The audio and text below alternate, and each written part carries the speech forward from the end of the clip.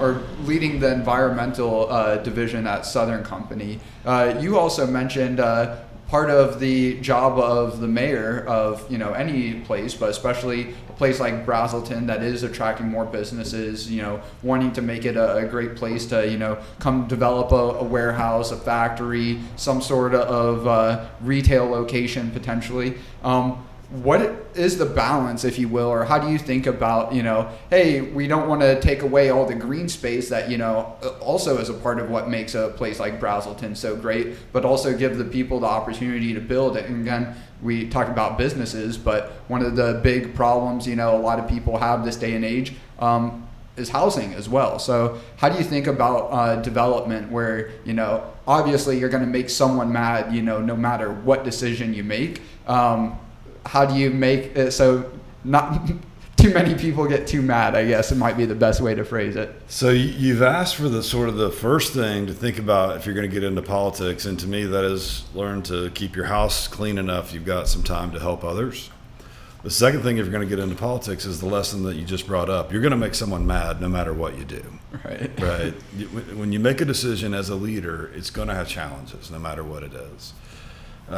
Part of my life before I went to law school is I helped plan special events.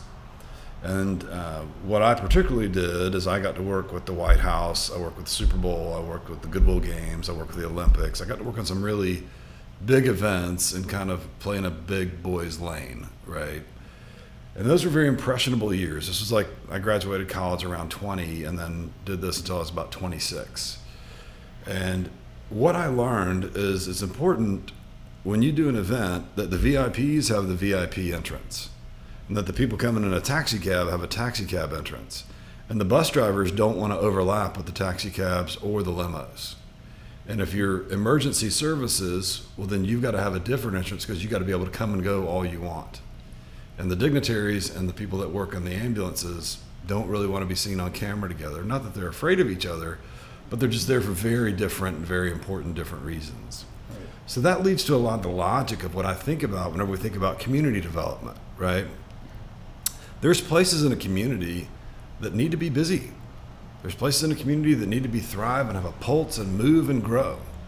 My role or my philosophy of government is that the role of government is to help create a civil and productive society, right? Yep. Civil society, let's all learn to get along. And sometimes, unfortunately, it takes code enforcement, police officers, standards set by your elected officials to help us all get along. But let's create environments where we can be productive and use what our God-given blessings are to go out and do great things with those. Let's help other people with what our blessings are. So your question about trees and green space and housing and all that, it's kind of like running an event. Yep. There's some places where you got big limos or you got big houses. There's some places where you got taxi cabs that are coming and going all day long, right? But you don't want to get hit by the bus either. Right, yeah.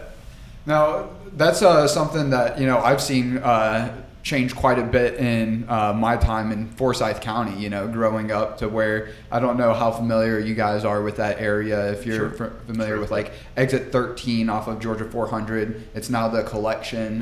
Before that, it was the Avenue. I remember before that, it was, just trees, right? And, it was essentially all farmland, exit 12, exit 13, So what are those changes that you've seen in your time in Braselton, and like to get both of your perspectives? What do you and where do you see kind of the future of Braselton heading as far as commercial and residential development? Do you guys see, kind of like in Forsyth County, we're getting a lot of like the developments with apartment complexes, or like the Halcyon area, if you're familiar with that. There's the big stadium going in, and it's becoming more and more urban. Obviously, it's suburban, and it'll be suburban, for at least another decade or two before the metropolitan sprawl really, gets its hooks up there. But do you see Braselton, another couple decades away from that, or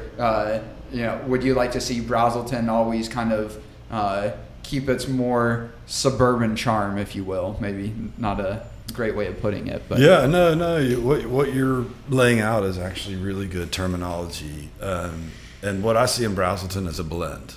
Yep. There's still room in Braselton for farms. That's okay. Yep. We're okay with big wide open pastures and people that have hay bales in their front yard. But we also have a sophistication in Braselton of people that have, what most people would call higher density communities. What we are doing as a town council, what we have done as a town council is we've kind of said, hey, we see that we have a footprint of some apartment space here. We have a footprint of some townhomes here, and we have a footprint of some entry-level housing. And we feel like that supports our local community and our employment needs. We feel like we have enough of that. I've met with people at the hospital, I've met with people at the hotel, I've met with people at the racetrack.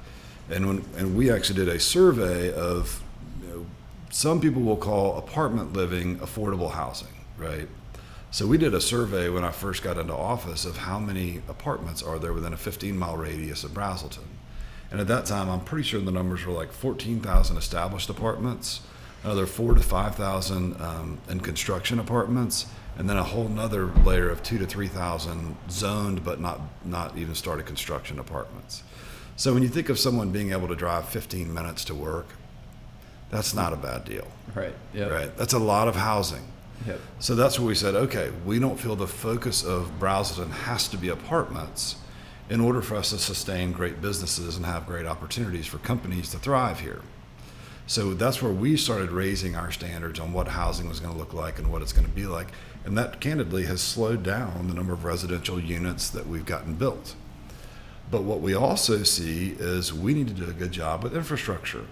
So we're letting some of that, slow down on the residential side while some of our main corridors of roads get built up.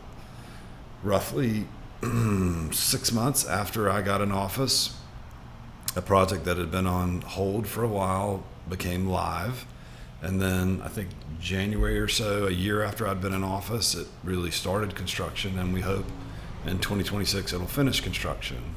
That road's kind of called Highway 211 around here. When I came into office, it carried about 22,000 cars per day. At its peak, it carries about 38,000 cars per day right now. Wow. Yeah. And it had very little to do with the growth that we voted on as a council while I've been in office, right? It's growth that had all been voted on before we got in office. So sometimes you've got to measure your community and see, hey, let's make sure to support our businesses. Let's make sure people from all different demographics can come in and support those businesses. And some of the businesses in Braselton are warehouse type businesses. Some of them are blue collar type businesses. I know people that have like lawn care businesses based out of Braselton, plumbing businesses based out of Braselton. A lot of people that support the local Road Atlanta racetrack, which is mechanical engineering type stuff, automotive type stuff. That's based out of Braselton. Yeah, doesn't Fox Motorsports have a presence out here? Yeah, they have a great. It's actually their research lab. Okay, it's their very forward-thinking research lab. Excuse me. Sorry about that audio, but yeah, it's important for when you're developing a community that you have to take all of those things into account, right? Right. But to your point about a halcyon type development, we just approved a halcyon type development, restaurant and retail that surround an open green space. This green space is going to be about 20,000 square feet of turf. That's half a football field for kids and families to go play. That's great. And some of that is because we've realized that recreation in today's age is not just going out into a field somewhere and going for a walk. Or watching Netflix at home. Yeah. So people love food, Yeah. beverage, and TV. Yeah. And we're finding ways that we can still let you have food, beverage, and TV, but then you still feel a chance of getting outside. Right. So two things we've really done is focus on creating those halcyon type environments, right? Where your kids are able to go play while you sit and maybe have a longer conversation with your spouse and build a better marriage, as opposed to making your kids sit there and behave at, a restaurant for 2 hours. That's tough, right? I'll jump in Yeah, here. please. So, in my opinion, Braselton's super fortunate to have Mayor Ward and our council right now, because I think the Georgia 400 analogy is completely apt. Yep. we are right now where the places you're talking about were 10, 15 years ago. Yep. To me, so if you're a researcher, you try to see the future, right? Yep. I mean, you try to build the future, imagine it, make it happen. I just see the future. The growth in Braselton's inevitable. Right. You know, Skate where the puck is going, so to speak. correct. Yeah. 85 is a major corridor. Metro Atlanta's going to grow up 85. You know, it kind of starts with the huge battery factory north of here in Commerce.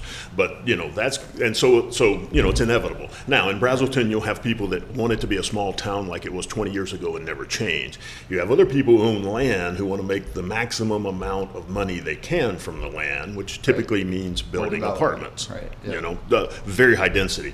And so what the mayor and the reason I'm a supporter and became a supporter when he was running the first time was the fact that his vision is controlled development. Yep. You know, let's be thoughtful. Let's think about what Braselton should look like in 10 years and 20 years, and let's try within, you know, the legal means that are there to make that happen, you know? So, you know, to me, it's inevitable, and he's completely right. He has to walk a knife's edge among the people that want it to be a small town and the other people that want it to just be built up completely with whoever owns the land wants to do. What's that cliche? You know, the only thing people hate more than how it is right now is change, right? Correct. Yeah, we adopted a philosophy when I ran, and the folks that supported me helped me run the first time. We called it planned growth. Okay. Yeah. And now,